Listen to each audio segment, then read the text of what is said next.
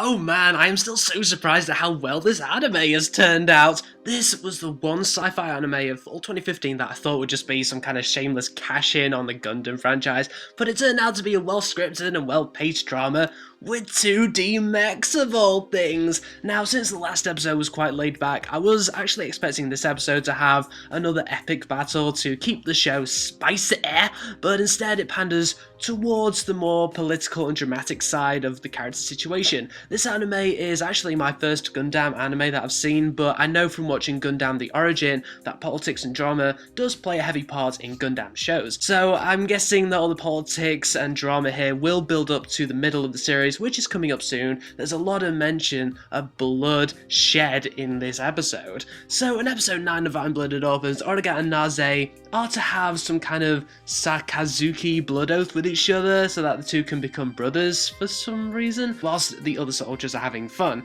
That's right, kids, the older you get, the more responsibility you have to take on. I don't actually know why Naze wants to have a blood oath with Origa. They're not that close and respecting of each other in order to become bonded, in my opinion, but maybe it's so that there's no, betrayal later on and their agreement can go ahead more smoothly.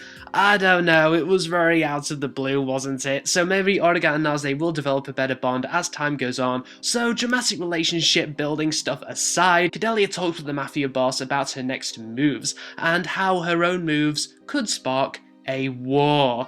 What's a Gundam series without terrible war, eh? We haven't seen much bloodshed of innocent people thus far, and all that we know is that children on Mars are starving to death and Cordelia is trying to give them independence from Earth. I'm guessing because Earth is mistreating Mars and Mars can't control its own funding without the Earth's permission or something complex like that.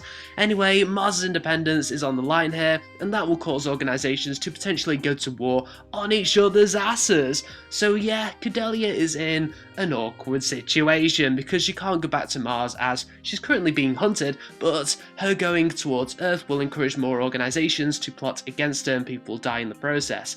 Oh, politics! So yeah, this episode was kind of confusing dramatically and politically, as quite a lot actually goes on despite the episode looking quite simple, and when the soldiers were in that bar, I genuinely thought there was going to be some fucking bar fight, but no, Origa just pays the price for drinking too much. Now that Mikazuki's mech suit is getting fixed, I think we're going to get some action in the next episode.